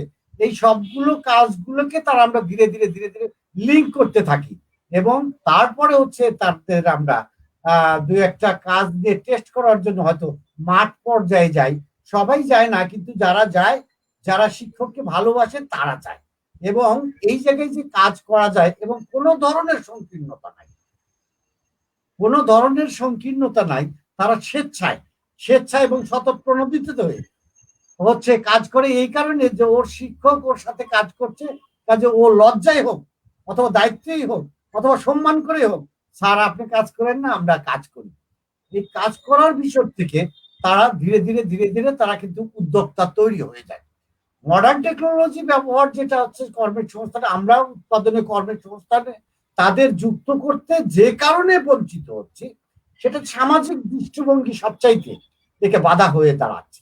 সামাজিক দৃষ্টিভঙ্গি মানে একটা এমএ পাস ছেলে, সে চিন্তা করছে যে মাঠে কাজ করতে, তার গার্জিয়ানরা বলছে না এই কাজ না, এটা কোনো কাজ না, এটা আমরা পারি, এবং এই পাড়ার ভিতর তারা চেষ্টা করছে তার ছেলে অফিসার হবে। এই অফিসার হওয়ার চিন্তা থেকে তারা আর এই কাজকে সমর্থন করে না, যার ফলে তারা কিন্তু ধীরে ধীরে ধীরে ধীরে পিছু পায়। আমাকে অনেক সংগঠন থেকে বলেছিল যে আপনার ছেলেগুলোকে দেন আমার খামারে, তাদের ভালো স্যালারি দেব, এবং আমি কিন্তু তারা রাজি হয়েছিল এবং আমার ছেলেগুলোও রাজি হয়েছিল। শুধু গার্জিয়ান, তার বাড়ির লোকজন কয় না, মাঠে কাজ করার দরকার নাই, তোমার পুকুরে নামানোর দরকার নেই, তুমি এই জায়গায় আশেপাশে যে সমস্ত শিল্প প্রতিষ্ঠানগুলো আছে তাতে কাজ করো, তাতেই হবে। কারণ সে ছোটবেলার থেকে জন্মই নাই ওইভাবে, তার পরিবেশটাও ওইভাবে। আমরাও মনে করি যে আমি ছেলেকে অফিসার বানাচ্ছি। এই অফিসারের দৃষ্টিভঙ্গি যদি একটু সরিয়ে আনা যায়, এবং এটাও সত্য যে আমরা যদি তাদের আরেকটি সুযোগ দিতে পারি যে না সম্ভব, এবং তারা যে কাজগুলো করে সবগুলো তো বাজারে, এবং পরে কিন্তু তারা যে জিনিসগুলো তৈরি করেছিল সেই তৈরি করা জিনিসগুলো তারা বিক্রি করতে আর মানুষকে দিতে পারে মানে না নাই। তারপরে চিন্তা করলো আরো বড় করে চিন্তা করার জন্য। আমি বলি যে ঘাট সার, জায়গা সার, এত অল্প জায়গায় এত কাজ করা যাবে না, আমরা বড় কোনো পরিসরে। কিন্তু ওই যে প্রবলেমটা ওইটাই, গার্জিয়ানরা বাড়ি থেকে তাকে বের হতে দেয় না। হরাজ কিন্তু এই বাবাই কিন্তু মাঠে কাজ করছে, তিনি লজ্জিত হচ্ছেন না। এই বাবার সাথে যদি সে ছোটবেলার থেকে তাকে প্র্যাকটিস করাতো যে মাঠে চলো, মাঠে কাজ করি, মাঠে কাজ করে ওই জায়গা থেকেও শিক্ষা আছে, এই জায়গায় কর্মের সংস্থান হতে পারে, এবং এই জায়গা থেকে মানুষের চাহিদা পূরণ করা সম্ভব হয় এবং তোমার আর্থিক স্বাবলম্বী হওয়া সম্ভব হয়। আমরা কেউই না, আমার সন্তানকেও পর্যন্ত বলি না যে চলো মাঠে যাই অথবা খাটি যাই। তাহলে তারা কি শিখছে? তারা চাচ্ছে যে একটা অফিসার হবে এবং অফিসার হয়ে প্যান্ট শার্ট পরে অফিসে যাবে, হোক সেটা 10,000 টাকার। আমার যে ছেলেগুলোকে নিয়ে কাজ করছি তারা 8,000 টাকা বেতনে কাজ করছে। হরাজ ওর ভিতর থেকে একটা ছেলে একটা খামারে গেছে, কিন্তু 50,000 টাকা বেতন পাচ্ছে, 50,000 টাকা বেতন পাচ্ছে, কিন্তু এরা মিস করলো। তো কর্মের সংস্থান যদি আর্থিক স্বাবলম্বী হয়ে থাকে তাহলে কিন্তু এটা সম্ভব। এবং এরকম যদি আমরা প্রত্যেকেই যদি তাদের এরকম চ্যালেঞ্জ দিয়ে কাজ শেখাতে পারি। এবং আর একটা বিষয় কি, আমরা শিক্ষকরা একটা জিনিস মনে করি যে আমরা শিক্ষক, ওরা ছাত্র, একটা নিজে নিজে দূরত্ব তৈরি করি, যে দূরত্ব আমার থেকে ওকে দূরে নিয়ে যায়। পরবর্তীতে আমার কাছে সে শিখতে ভয় পায়, আসতে চায় না। যে আমার কাছে মনে হয় যে আমরা ছেলেদের সাথে অ্যাজ এ শিক্ষক যদি হয়ে থাকি, শিক্ষক ছাত্রের প্রত্যেকটা বিষয়, শুধু লেখাপড়া করাবো এই বিষয় শিক্ষকের দায়িত্ব না। আমার শিক্ষকদের ছাত্রদের সময় দিতে হবে। শুধু ক্লাস করে চলে যাব তারপরে ছেলে শিখবে এই আশা করলে আমি শিক্ষক থাকবো, ও ছাত্র থাকবে। কিন্তু আমি যদি তার বন্ধু হতে পারি তাহলে ছাত্রদের আমি কর্মের সংস্থান তৈরি করতে পারবো, তারা আমার কথা শুনবে, আমি ফ্যামিলিনের মতো বাঁশি বাজাবো, তারা আমার পিছনে পিছনে দৌড়াবে। এটা হলো বাস্তব, এটা তো আমি দেখেছি। এখনো যদি আমি দাঁড়াই কলেজ ক্যাম্পাসে, যদি বলি যে আসে, এবং আপনাদের দোয়ায় এটা বিষয় আছে আমার ধামরাই সরকারি কলেজে, গত আমি 14 বছর হলো আছি, প্রায় 12 বছর হলো কোনো মারামারি নাই, কোনো মিটিং নাই, কোনো মিছিল নাই, কোনো চাঁদাবাজি নাই, সন্ত্রাসী নাই। কারণ আমরা রিক্রুটটাই করি প্রথম ফার্স্ট ইয়ার থেকে, এবং যেগুলোকে রিক্রুট করি ক্লাস প্রতিনিধি করে তাদেরকে আমরা বুকের ভিতরে আগলায় রাখি, তারা আর কোনো সময় আমাদের বাইরে যায় না। এবং যারা আমাদের থেকে বেরোয় গেছে অর্থাৎ ঠিকঠাক সমাপন করছে, তারাও কিন্তু এখনো প্রিন্সিপাল ভাইস প্রিন্সিপালকে পায়ে ধরে সালাম করে। এটা আমাদের অর্জন মনে হয়। সেজন্য মনে হয় ছেলেদের যদি সময় দেওয়া যায়, ছেলেদের যদি কৃষির প্রতি নির্ভরশীল করে তোলা যায়, তাদের যদি সেই জ্ঞানটা দেওয়া যায়, তাদের যদি কর্মের সংস্থানটা তৈরি করা যায়, এবং যদি বলতে পারি আমি শিক্ষক, আমি যাই, আমার সাথে তুমি আসো, তাহলে যাবে। আমি যদি না যাই তাহলে দূরের থেকে টেলিফোন করে কোনদিন এগ্রিকালচারের ডেভেলপমেন্ট সম্ভব না, ছেলেদের কখনো তাদের কর্মের সংস্থান তৈরি করা সম্ভব না। আমার কাছে এই জিনিসটাই মনে হয় যে তাদের ভিতরে যেতে পারলে তাদের যে কোনো কাজ করে নেওয়া সম্ভব, এবং দেশের উন্নয়নের গুরুত্বপূর্ণ একটা ভূমিকা পালন করতে পারে। এবং আমি কিন্তু প্রায় 5-6টা ছেলেকে এখন কিন্তু কর্মের সংস্থান দিয়েছি এবং তারা ভালো কাজ করছে। এবং এর ভিতর একটা কাজ করছে যে পুকুরে বায়োফ্লক, এটা ভার্মি কম্পোস্ট ইউজ করে, ভার্মি কম্পোস্ট হচ্ছে এর ভিতর হচ্ছে কার্বনের পরিমাণ বেশি আছে, আর মাছের বডিতে হচ্ছে নাইট্রোজেন আছে। ওরা হচ্ছে এয়ারেশন দিচ্ছে, তারপর হচ্ছে অ্যামোনিয়ার সাথে বিক্রিয়া করে একটা ফ্লক তৈরি হচ্ছে, ওটা খাচ্ছে। তাদের প্রপোর্শন 1:1 FCR, এবং হাই ডেন্সিটি 1 বিঘা 1 শতক জমিতে তারা 200 কেজি মাছ উৎপাদন করছে, এবং তার প্রায় 3 ভাগ প্রফিট তারা অর্জন করতে পারছে এর ভিতরে একটা ছেলে। এটা নিয়ে হয়তো একটা রিপোর্ট করবো আমি, কিন্তু এটা তো সম্ভব, এটা তো সম্ভব। এবং ভার্মি কম্পোস্ট, এবং আমরা আমাদের ছেলেদের সবসময় বলি, দেশ তোমার, দায়িত্ব তোমার, মানুষের যে জবাবদিহিতা এটা তোমাকেই করতে হবে। কাজে এমন কোনো কাজ করো না যাতে তোমাকে সমাজের মানুষ খারাপ বলে, এবং তোমার সেই দায়িত্ব, সামাজিক দায়বদ্ধতা থেকে তুমি কখনো সরে আসবা না। এর অর্থ যদি উপার্জন হয়ে থাকে, তাহলে ইনোভেশন এমন এক জিনিস, তোমরা অর্থ উপার্জন করতে পারবেই, এবং পারেও তাই, পারছেও তাই। আমরা এই সমস্ত জিনিসগুলো নিয়ে যদি আরেকটু ভাবি, যে আমরা স্টুডেন্টদের, বিশেষ করে আমি শিক্ষক, আমি মনে করি স্টুডেন্টদের যদি আরো এই সমস্ত কাজের ভিতর যুক্ত করতে পারি। আমি জানি একটা ছেলে প্রতিদিন 3 ঘন্টা বেশি তার পড়তে হয় না। আমি কি তার সার্টিফিকেট দেব, তাকে কর্মসংস্থান দেব? আমি সার্টিফিকেটের সাথে কর্মসংস্থান দিতে চাই, যাতে ভবিষ্যতে সে দেশের কোনো বাধা তৈরি না হয়, বাধা বোঝা না হয়ে যায়। সেজন্য নিজের থেকে বুঝতে পারে কোনটা করা উচিত, কোনটা করা উচিত না, এবং কোনটা করলে তার আয়ের সংস্থান হবে, এবং সমাজের মানুষ সুস্থভাবে, নিরাপদভাবে এবং নিশ্চিতভাবে হচ্ছে আবার নতুন কোনো করোনার জন্ম দেবে না। অর্থাৎ প্রকৃতির সাথে যুদ্ধ না, প্রকৃতির সাথে একসাথে চলতে চাই। প্রকৃতিকে ব্যবহার করে আমরা আমাদের দেশটাকে, আমাদের অর্থনৈতিক উন্নয়নকে, আমাদের বিভিন্ন প্রতিজ্ঞাগুলোকে, পরিকল্পনাগুলোকে যদি কৃষির মাধ্যমে বাস্তবায়ন করতে চাই, কারণ কৃষি অনেক বড় জিনিস, কারণ এর উপখাত অনেক, প্রত্যেকটাতে কাজ আছে। আমি মনে হয় আবার একটু পরে বলতে চাই যে এরপর তাহলে কর্মের সংস্থান কিভাবে করা সম্ভব সেই বিষয়টা। জি জি জি, প্রফেসর শামসুল বারী, আপনার কাছ থেকে অনেকগুলো মানে উদ্দীপনামূলক কথা আমরা শুনলাম, এবং আসলে এটাই হওয়া উচিত। যে আমি নিজে যেটা জানি, যে আমাদের দেশের তরুণ ছেলে মেয়েরা, তারা নিজের প্রফেশনকে, নিজের পারিবারিক প্রফেশনকে যদি সম্মান করতে না শেখে, তার বাবা মার কাজকে যদি সম্মান করতে না শেখে, তাহলে সে সেই কাজে কেন যাবে? এবং সেই জন্য প্রাথমিক পর্যায়ে তার প্রফেশনের প্রতি, তার পিতার প্রফেশনের প্রতি সম্মান সৃষ্টি করাটা, এটা একটা বড় চ্যালেঞ্জ। এবং আপনি যথার্থই বলেছেন যে যদি শিক্ষকরা ডু ইট এরকম না বলে লেটস ডু ইট আসো করি, তাহলে পরে সেক্ষেত্রে ছেলে মেয়েদের ভেতরে আগ্রহটা অনেক বাড়ে। আমি নিজে ব্যক্তিগতভাবে আমার ছাত্র জীবনে যখন খুলনায় আজম খান কমার্স কলেজে পড়তাম, তখন ইনিয়াস 66 গমের চাষ করেছিলাম, এবং সেই গম চাষ করতে গিয়ে আমরা পাশের পুকুর থেকে ড্রোন করে সেচ দিতাম, এবং সেচটা দিতাম প্রতিযোগিতা করে, অর্থাৎ আজকে আমি দেবো না, কালকে তুমি দিবা। এবং এরকম ভাবে আগাছা নিড়ানি এই কাজগুলো কিন্তু আমরা করেছি, এবং এই কাজগুলো করার ফলে যেটা দাঁড়িয়েছে, আমাদের কিন্তু ওই কাজের প্রতি শ্রদ্ধা বেড়েছে, কাজের প্রতি আমাদের ভালোবাসা বেড়েছে। এই ভালোবাসা যদি আমাদের তরুণ প্রজন্মকে আমরা দিতে না পারি, তাহলে কিন্তু আসলে কৃষিতে কর্মসংস্থানে, গুণগত কর্মসংস্থান কিন্তু হবে না। অমিত রঞ্জন দে, আপনার কাছে যেতে চাই, যে আমি বলি যে আমাদের কৃষির প্রতি মানুষের এক সময়ের যে দৃষ্টিভঙ্গি ছিল, ডক্টর জয়নুল আবেদিন সাহেব আছেন, উনি সমাপনী বক্তব্য দেবেন।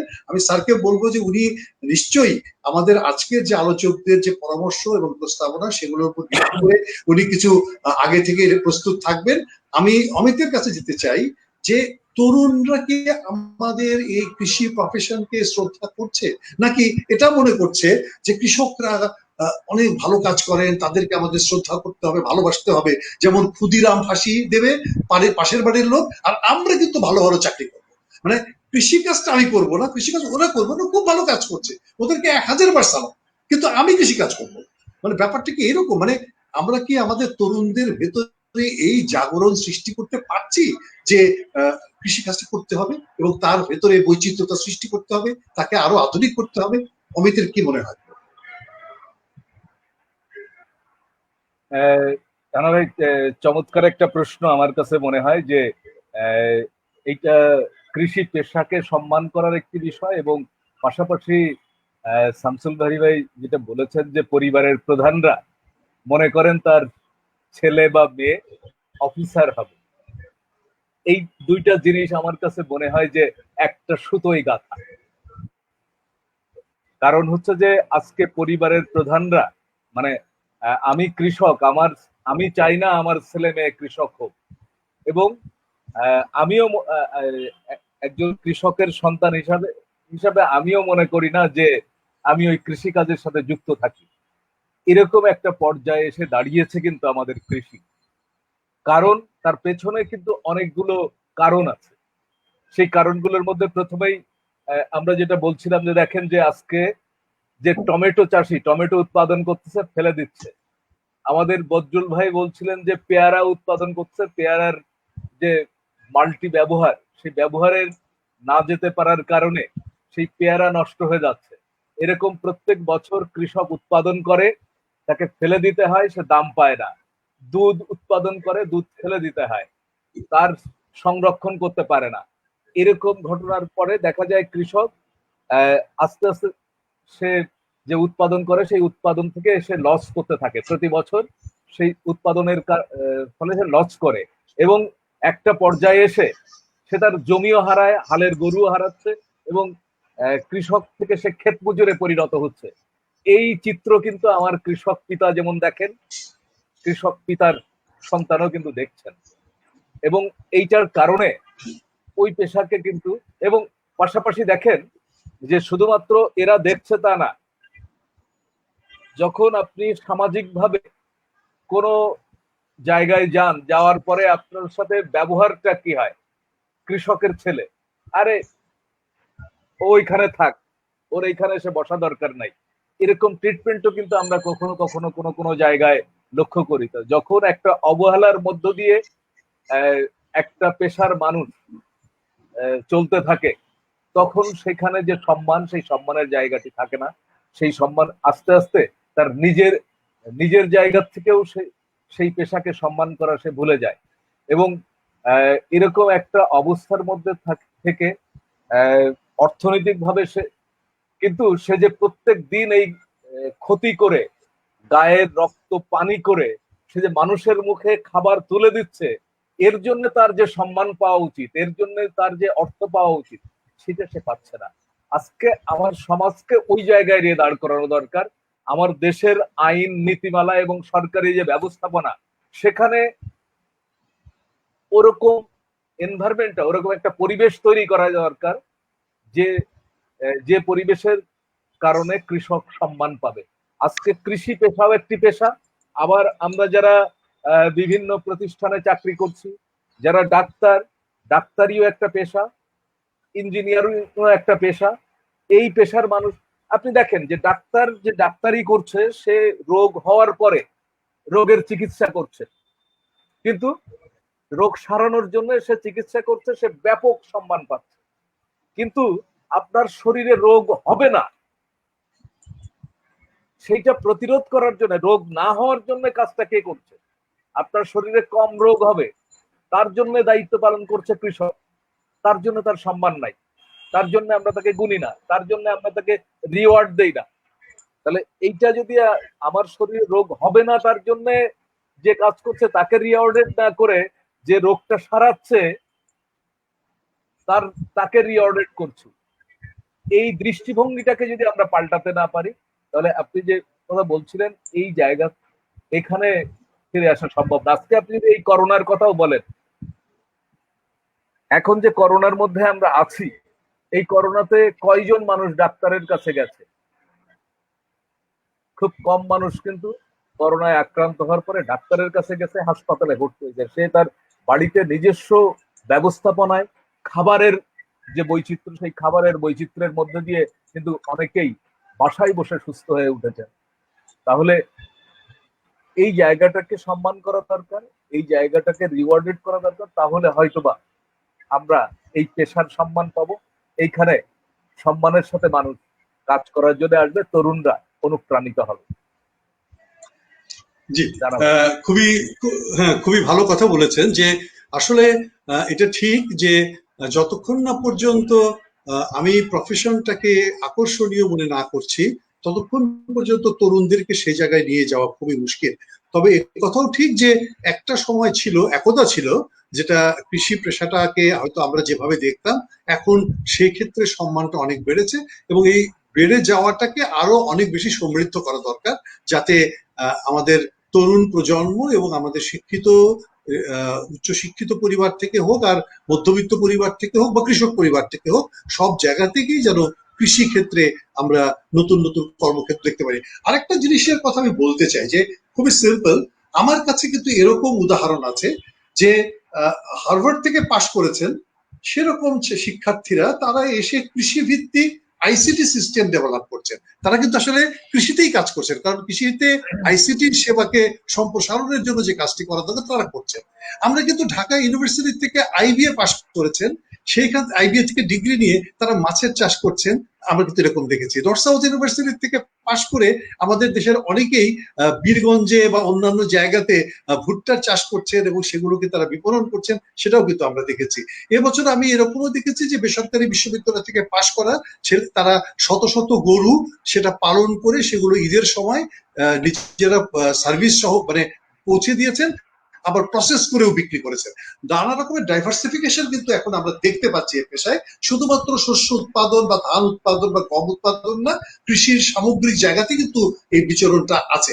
বদরুল হায়দারের ব্যাপারে আপনি যদি আমাদেরকে খুব সংক্ষেপে একটু বলেন যে একটা জিনিস, জি একটা জিনিস যদি বলি যে এরকম এটা বেড়েছে, এটা আরো বাড়বে যদি তার ইনফ্রাস্ট্রাকচারটাকে আমরা রেডি করতে পারি।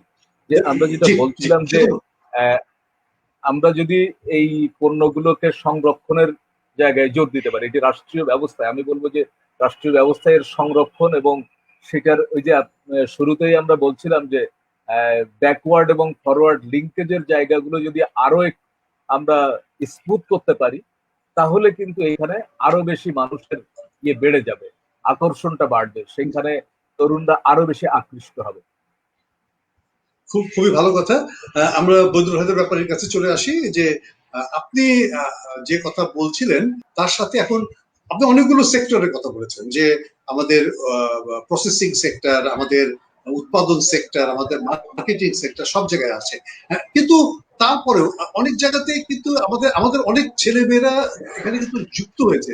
তারা আসলে কোন জায়গায় সমস্যা মনে করছে, কেন এটি বিকশিত হচ্ছে, বা আরো কিভাবে বেশি বিকশিত করা যায়, আপনার কাছে কি মনে হয় বদরুল হায়দার ব্যাপারে?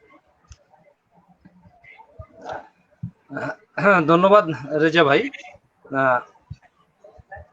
শামসুল বারী স্যার যে কথাটি বলে গেছেন যে আমাদের সামাজিক মূল্যবোধে কৃষিটা আমি করব, এই জায়গাটি এখন পর্যন্ত যথেষ্ট ডেভেলপ হয়নি। এটার যে কারণটা গ্রামে থেকে আমি দেখেছি যে কৃষকের হাতে অনেক পয়সা নেই। একজন ইঞ্জিনিয়ার বা একজন ডাক্তারের কাছে অনেক পয়সা আছে, অনেক টাকা আছে। একজন ডাক্তার বা একজন ইঞ্জিনিয়ার অনেক লাক্সারিয়াস লাইফ এনজয় করছে, একজন ব্যবসায়ী অনেক লাক্সারিয়াস লাইফ এনজয় করছে। তো স্বাভাবিকভাবে আমরা যদি মোটা দাগে বলি যে অর্থ যার ক্ষমতা তার, অর্থ যার সম্মান তার। আমরা পলিটিক্যাল ক্ষেত্রে দেখেছি সব জায়গায় যে একজন মানুষ হঠাৎ করেই পয়সার মালিক হয়ে গেছে, সময়টা তার অনুকূলে যাচ্ছে। আমি যদি দুইটা একটা উদাহরণ টানি, নাটোরের আতি যার হাত ধরে ব্যাপারে জি আমি আসবো, জায়গাটা চলে আসবো। জি, এখন আতিকের স্টোরিটা আমি জানি। তখন আতিকের সমাজ নেয়, এমনকি ফ্যামিলিতেও তার গ্রহণযোগ্যতা ঘাটতি ছিল। আতিকের হাতে পয়সা চলে আসছে, এখন আতিকের সারা দেশে একটি গ্রহণযোগ্যতা তৈরি হয়েছে। আমি বলতে চাই যে কৃষিকে একটি মডেলে নিয়ে আসতে হবে, যে মডেলে পয়সা আছে, উৎপাদিত পণ্য বিক্রি করে কৃষক বা একজন তরুণ কৃষক একটি লাক্সারিয়াস লাইফ এনজয় করতে পারে। এই জায়গাটি আমাদেরকে দৃশ্যমান করতে হবে। এই জায়গাটিতে যদি আমি আরো একটু মানে বলতে যাই যে আজকে যারা মনিটরে আছে, বিশেষত মিল্টন ভাইকে আমি অনেকদিন থেকে চিনি, সভাপতি মহোদয়কে এই 6 মাস প্রতিদিনই পড়ছি আমি বলবো, কিন্তু এর মধ্যে রেজা ভাই অনেক আগে থেকেই আমজনতার কাছে একটি মডেল। কেন? অনেকদিন থেকে তিনি টিভির মাধ্যমেই কৃষিকে উপস্থাপন করছে। এখন কৃষির আয়টার মাধ্যমে কৃষি পেশাটা যে অর্থনৈতিক একটি মডেল, এই জায়গাটিকে যদি আমরা এস্টাবলিশ করতে পারি তাহলে সামাজিক স্বীকৃতিটা আসবে। সামাজিক স্বীকৃতি যখন আসবে তখন দ্রুততার সাথেই কৃষিতে তরুণ সমাজের অংশগ্রহণটা বাড়তে থাকবে। জি ঠিক আছে, আমি বুঝতে পেরেছি। জি মোহাম্মদ বদরুল হায়দার ব্যাপারে আমি শুধুমাত্র আপনার সাথে একটা কারণে দ্বিমত পোষণ করলাম, যে আমাদের লাইফ সেটা কি লাক্সারিয়াস হবে নাকি সম্মানজনক হবে, এটা একটা ব্যাপার। কারণ যখন নাকি আপনি বিলাসবহুল জীবনের স্বপ্ন দেখাবেন, তখন সেই স্বপ্ন অর্জনের জন্য আমরা কিন্তু তখন দুধের সাথে পানি মেশানোটাকেও লাক্সারিয়াস লাইফের একটা প্রি কন্ডিশন করে ফেলবো। সেই জন্য বলছি যে লাক্সারিয়াস না, সম্পূর্ণ লাইফ, সুন্দর লাইফ, যাতে আমি সম্মানের সাথে আমার জীবনকে অতিবাহিত করতে পারি। আমি এই কথাটি বলতে চাই এই জন্য যে আসলে লোভ মানুষকে একেবারেই নষ্ট করে ফেলে, এবং লোভ আমরা দিতে চাই না, আমরা অঙ্গীকার দিতে চাই, প্রফেসর ডক্টর শামসুল বারী বলেছেন। ডক্টর শামসুল বারী, আপনি নিজে উত্তরবঙ্গের মানুষ, আপনি দেখেছেন যে আমাদের এখানে ছোট্ট একটা চিলিং প্ল্যান্ট, সেটির কিন্তু একটা ব্যবসা হতে পারে।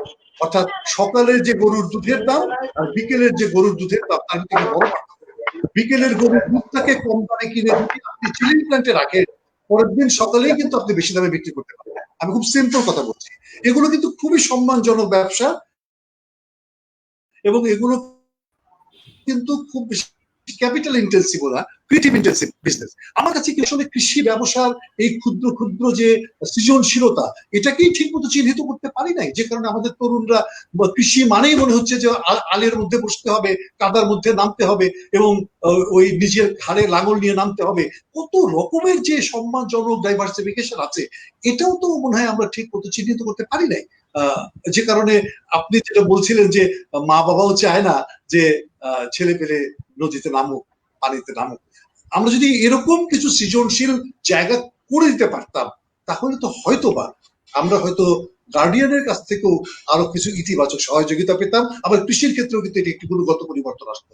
ডক্টর শামসুল বারী, আপনার কাছে কি মনে হয়?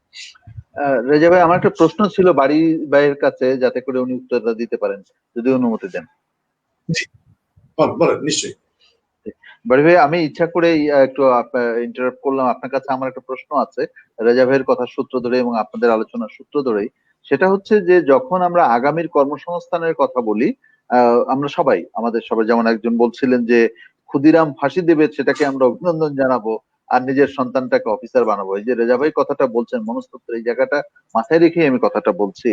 যে কিংবা আমাদের বদরুল ভাই বলছেন অর্থ যার সম্মান তার, সেটা মাথায় রেখে আমি বলছি যে আমি তো আসলে কৃষি বলতে শুধুমাত্র কাদা পানিতে, হাঁটু পানিতে নেমে লাঙল চালানোটাই কি আমরা বুঝবো? সেটা তো কৃষি নয়। কৃষির তো অনেক জায়গা আছে। কৃষির আপনার যেমন ধরেন, এখন আমরা কর্মসংস্থানের কথা বলতে গেলে আগামীর কর্মসংস্থান ইস্যু আসলে আর্টিফিশিয়াল ইন্টেলিজেন্সের কথা আসে, চতুর্থ শিল্প বিপ্লবের কথা আসে। তো এই আর্টিফিশিয়াল ইন্টেলিজেন্সের যুগে, চতুর্থ শিল্প বিপ্লবের যুগে কৃষির কি জায়গা নেই? কৃষিতে কি আর্টিফিশিয়াল ইন্টেলিজেন্স আনা যাবে না? কৃষিতে কি চতুর্থ শিল্প বিপ্লব আনা যাবে না? কৃষিতে কি প্রযুক্তির দরকার নেই? আধুনিক প্রযুক্তি কি কৃষিতে আসতে পারবে না? এই যে ব্যাপারগুলো, সেগুলো আমরা কেন তুলে ধরতে পারছি না? ব্যর্থতাটা কোথায়? এটা কি রাষ্ট্রের দুর্বলতা, নাকি কৃষিকে আমরা চিরকালই একটা ওই যে যেটা বললাম যে একটা লাঙল ঠেলা, অথবা কৃষি মানেই হচ্ছে কাদার মধ্যে নেমে ধান রোপণ করা, ওইরকম জায়গাতে একটা মানে ইমেজ সংকট, অর্থাৎ রাইট ইমেজটাকে আমরা তুলে ধরতে পারছি না? সেটা কেন পারছি না? কেন আমরা কি করতে পারতাম? ধরেন কথার কথা যে আপনি যদি সরকারের থাকতেন, প্রধানমন্ত্রী হতেন, অথবা যদি কৃষিমন্ত্রী হতেন, তাহলে কৃষিকে আপনি কিভাবে ঢেলে সাজাতেন? সেই চিন্তাটা বোধহয় আজকে একটু আমাদের করার দরকার আছে। কারণ আমি প্রায় এই সংকটটা দেখি যে কৃষি মানেই হলো একটা খুব পশ্চাৎপদ কাজ। তা তো না। আমি তো জাপানের কৃষি দেখেছি, এবং সবচাইতে অত্যাধুনিক কৃষি আছে। স্যার আছেন কানাডাতে, কানাডার কৃষি তো অত্যাধুনিক কৃষি, এবং তার জন্য মেধা লাগে, তার জন্য অনেক অনেক মানে কি বলবো, আর্টিফিশিয়াল ইন্টেলিজেন্স ওখানে অনেক বেশি দরকার। সেই জায়গাটা থেকে যদি আপনার একটু মন্তব্য শুনতে পারি, doctor Shamsul Bari. Thank you. সেটা কিন্তু ঠিক। আমাদের দেশে কৃষিতে প্রযুক্তি আসেনি তা কিন্তু না। কৃষিতে প্রযুক্তি এসেছে এবং সেগুলো ব্যবহার হচ্ছে, এবং সেই ব্যবহার দিয়ে মানুষ উপকৃত হচ্ছে, সেগুলো সত্য। চিত্র হলো বেজ লাইনটা আমি একজন MA পাস ছেলে যদি মাঠে নিরাতে যাই, তাহলে তো আমি মাঠে ম্যাট্রিক পাস করেও যেতে পারতাম। আমি কিন্তু ম্যাট্রিক পাস করেও যেতাম, অথবা লেখাপড়া না করেও যেতে পারতাম। আমি তো আমার টোটাল গ্রুপটাকে তো আমি লিড দিব। লিড দিব কিভাবে? লিড দিব, আমাকে জানতে হবে, আমাকে তো তার পাশে থাকতে হবে অন্তত পক্ষে। কারণ আমি এটা কৃষকদের দোষ দিই না এই কারণে যে কৃষকরা যতটুকু জানেন এই অতীতকাল থেকে যেভাবে জেনে এসেছেন, ওনারা অন্য জায়গায় কনভার্ট হতে পারেন নাই। পারেন নাই মানে আমরা পারি নাই তাদেরকে কনভার্ট করার জন্য। আমি যদি তাদের দেখিয়ে দেই, তো বললাম তো যে যে ছেলেটাকে আমি মাছের পুকুরে এখন একটাতে কাজ দিলাম, সেই ছেলেটা মাসে কিন্তু 50,000 টাকা হচ্ছে রোজগার করছে, এবং সেই দুইটা পা কিন্তু তার কিন্তু সে কিন্তু পুকুরেও নামতে পারে না অথবা মাঠেও দৌড়াতে পারে না, চেয়ারে বসে বসে ইনস্ট্রাকশন দেয়।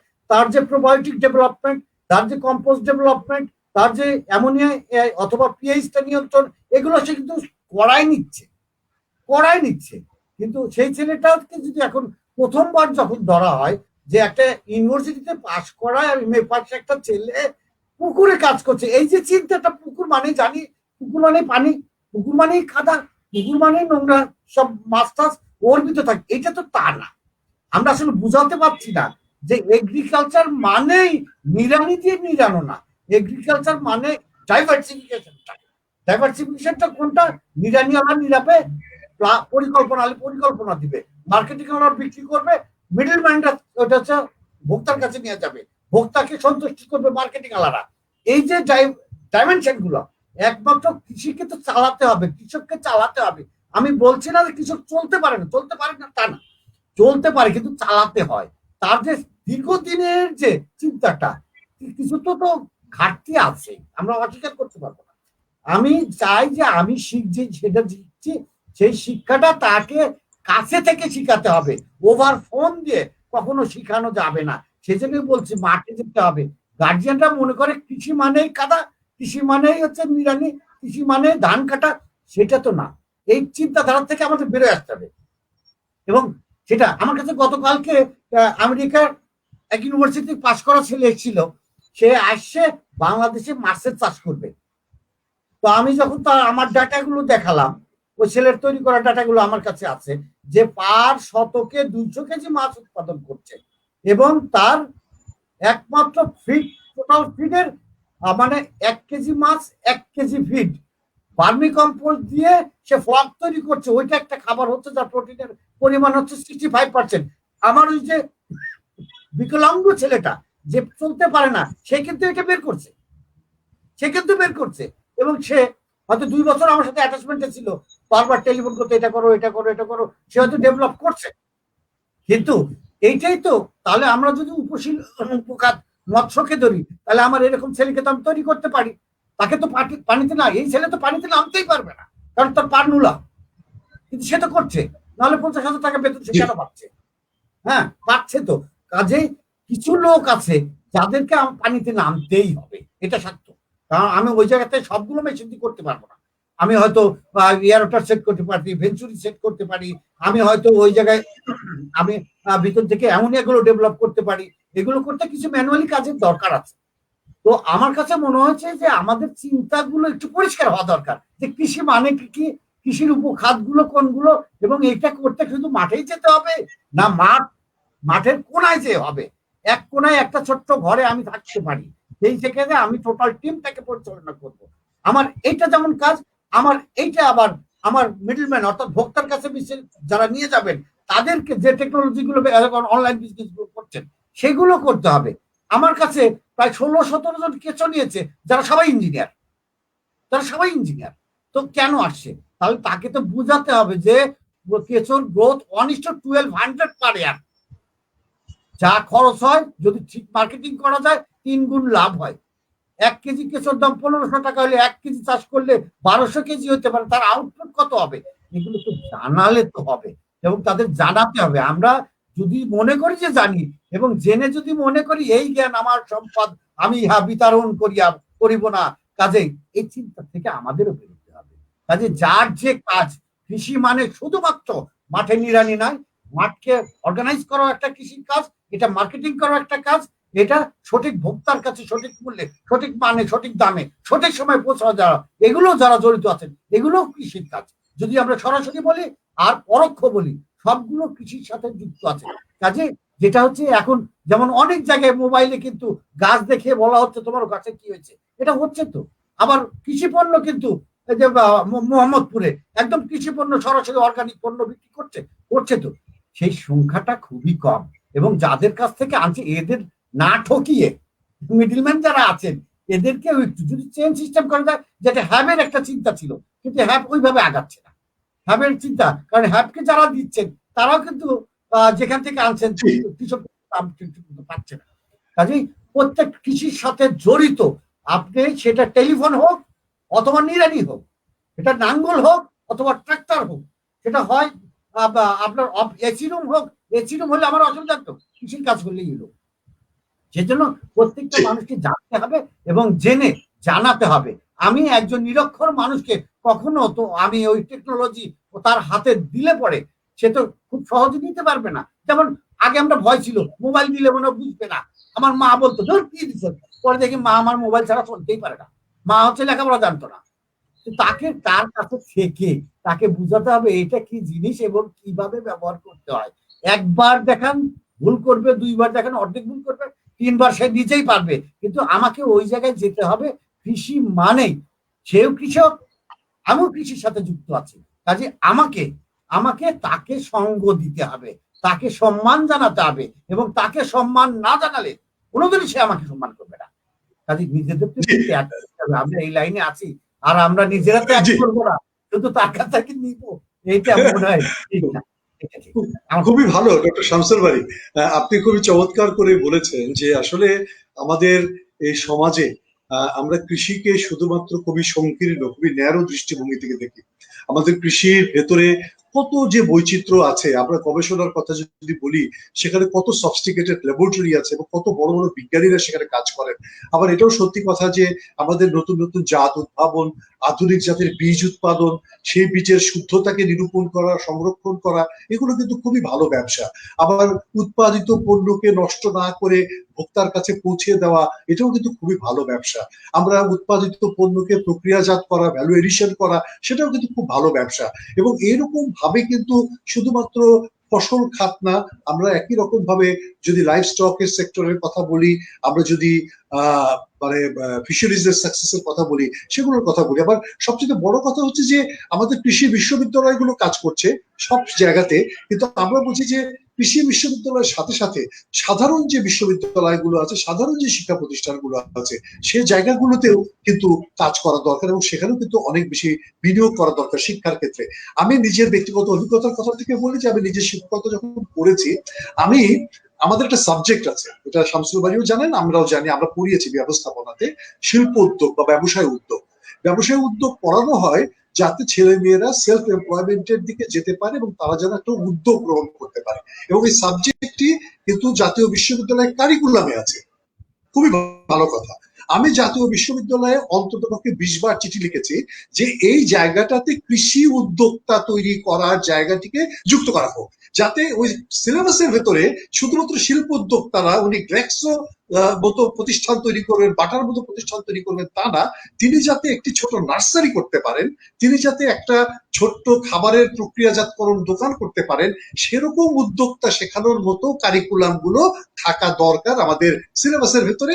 তাহলে কিন্তু আমাদের তরুণরা, বিশেষ করে জাতীয় বিশ্ববিদ্যালয়ের অন্তর্ভুক্ত প্রায় 10 লাখ ছাত্রছাত্রী, তারা কিন্তু একটা সুযোগ পেত এবং সেখান থেকে হয়তো অনেকেই বেরিয়ে আসতো। আমাদের কাছে অনেক গুড এক্সাম্পল আছে, শামসুল বারীর কাছে যেমন গুড এক্সাম্পল আছে, আমার কাছেও গুড এক্সাম্পল আছে। বগুড়া থেকে দই এনে বিক্রি করছেন সাভারে, জাহাঙ্গীরনগরে, এবং সে কিন্তু ভালো উপার্জন করছেন। স্টিল স্টুডেন্ট, তারা কিন্তু নিজেরা এখন পর্যন্ত গবাদি পশু পালন করে ঈদের সময় বিক্রি করছেন। স্টিল স্টুডেন্ট, তারা কিন্তু এখন পর্যন্ত বাবা মার সবজিকে বিপণনের ক্ষেত্রে সহযোগিতা করছেন। Still student. খুব খারাপ এক্সাম্পলের সাথে সাথে অনেক ভালো এক্সাম্পলও আছে, কিন্তু আমরা এই জায়গাগুলোকে আরো অনেক বেশি শক্তি দিতে চাই, যাতে আমাদের এই কৃষি পেশা আরো মর্যাদাশীল হয়ে ওঠে এবং আমাদের মা বাবা, আমাদের পরিবার, আমাদের সমাজ কৃষকদেরকে, কৃষি উদ্যোক্তাদেরকে সম্মান করতে শিখে। ডক্টর মোহাম্মদ জয়নুল আবেদিন সারা জীবন কৃষির পিছনে কাজ করেছেন, কৃষি শিখিয়েছেন, কৃষি উদ্যোক্তাদেরকে নিয়ে কাজ করেছেন, বাংলাদেশ ব্যাংকে কনসালটেন্সি করেন, এসএমই মানে ক্ষুদ্র ঋণ, ক্ষুদ্র কৃষক, তাদেরকে সহযোগিতা করার জন্য এবং কৃষিতে কর্মসংস্থান সৃষ্টির একটি মানে অঙ্গীকার তার নিজের ভেতরে আছে। আপনি যদি আজকের এই আলোচনার একটা সারাংশ আমাদের সামনে উপহার দেন, তাহলে আমরা সকলেই এখান থেকে একটি ধারণা পেতে পারি। ডক্টর মোহাম্মদ জয়নুল আবেদিন। জি, আপনার সাউন্ড সিস্টেম এনাবল করেন। জি,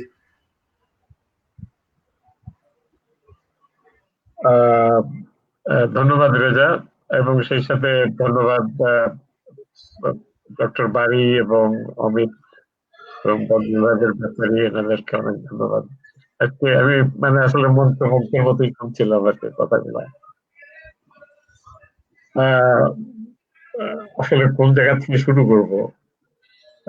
একটা কথা হলো যে আমরা কৃষিতে কর্মসংস্থানের কথা বলছি, এটার একটা মূল জায়গাটা আমি যেটা দেখি বৃহত্তর জাতীয় অর্থনীতির ক্ষেত্রে, যে আমি কৃষিতে বলতে আমি আসলে গ্রামীণ অর্থনীতিতে কর্মসংস্থান এইটা এইভাবে এই দৃষ্টিতে আমি মনে করি যে যেহেতু আমাদের গ্রামীণ অর্থনীতি এখনো কৃষি নির্ভর, ফলে কৃষিতে যদি আমি কর্মসংস্থান করি তাহলে পরে গ্রামীণ অর্থনীতি চাঙ্গা হয়ে উঠতে পারে।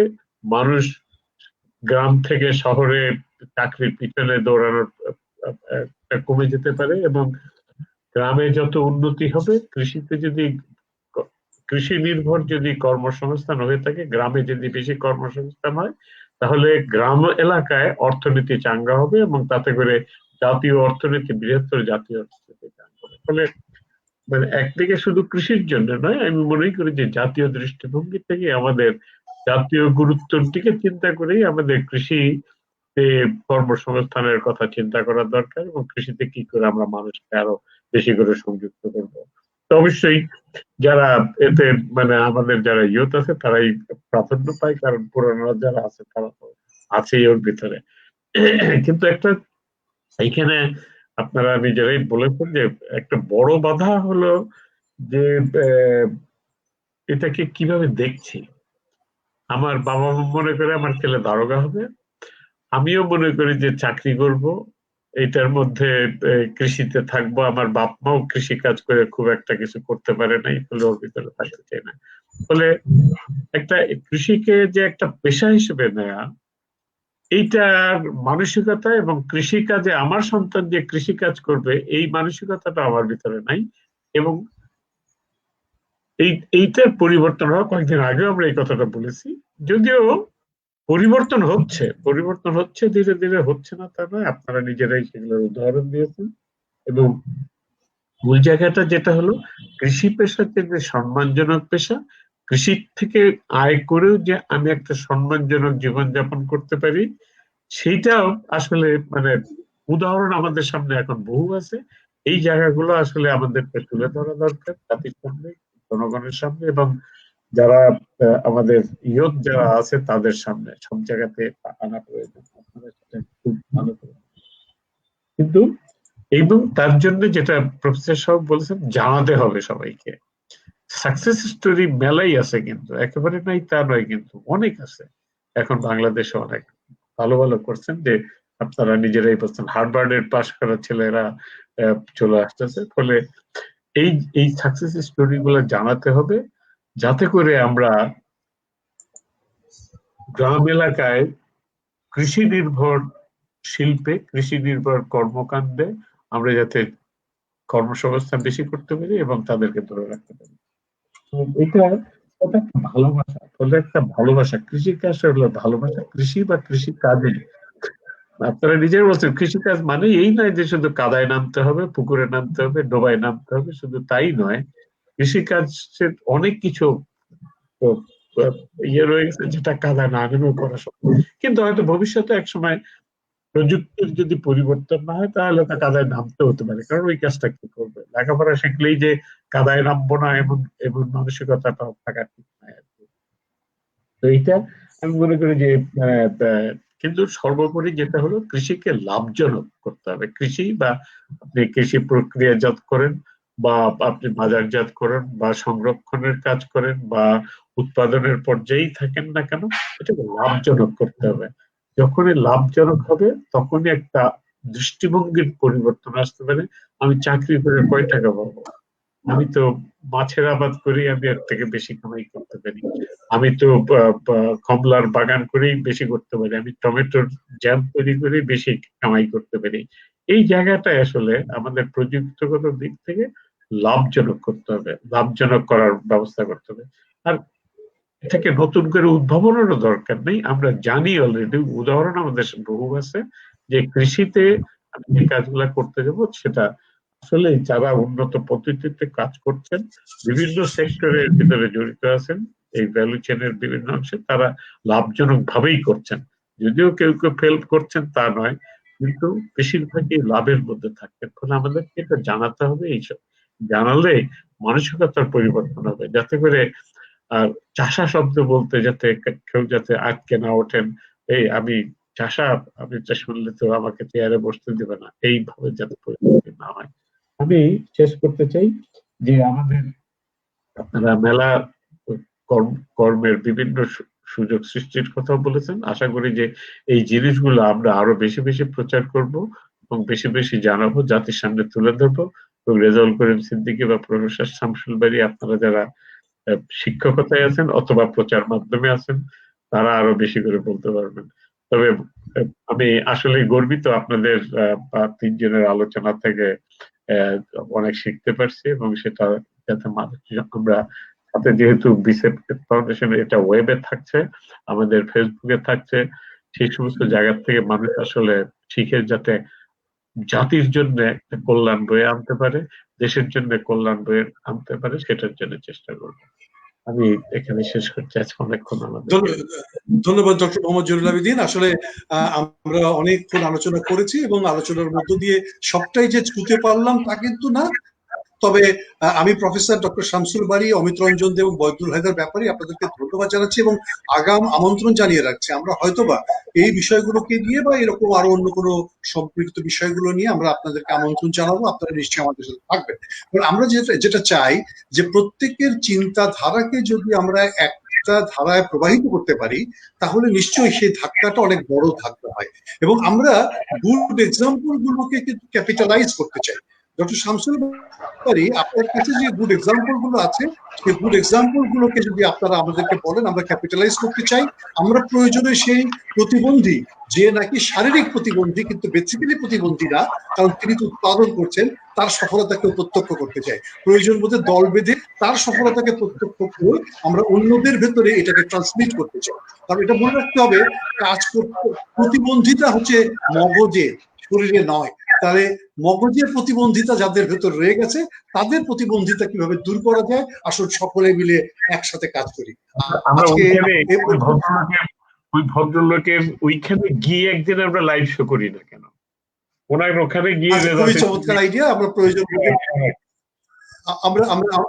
আমরা করতেই পারি।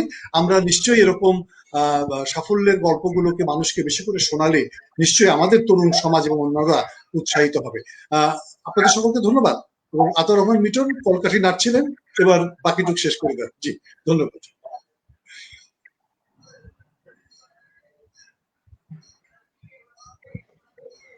সকলকে ধন্যবাদ জানিয়ে বিদায় নিচ্ছি। ভালো থাকবেন সকলে, দর্শক মন্ডলী এবং অতিথি মন্ডলী, আপনারা যারা এসছেন। আপনাদের কথা অনুপ্রেরণে স্যার বলেছেন যে আমরা, এবং রেজা ভাইও বলেছেন যে আমরা আবার আপনাদেরকে চাইবো। আপনারা সকলে ভালো থাকবেন, সুস্থ থাকবেন, আমাদের সঙ্গেই থাকবেন, খাদ্য নিরাপত্তার সঙ্গে থাকবেন, নিরাপদ খাদ্যের সঙ্গে থাকবেন। আসসালামু আলাইকুম।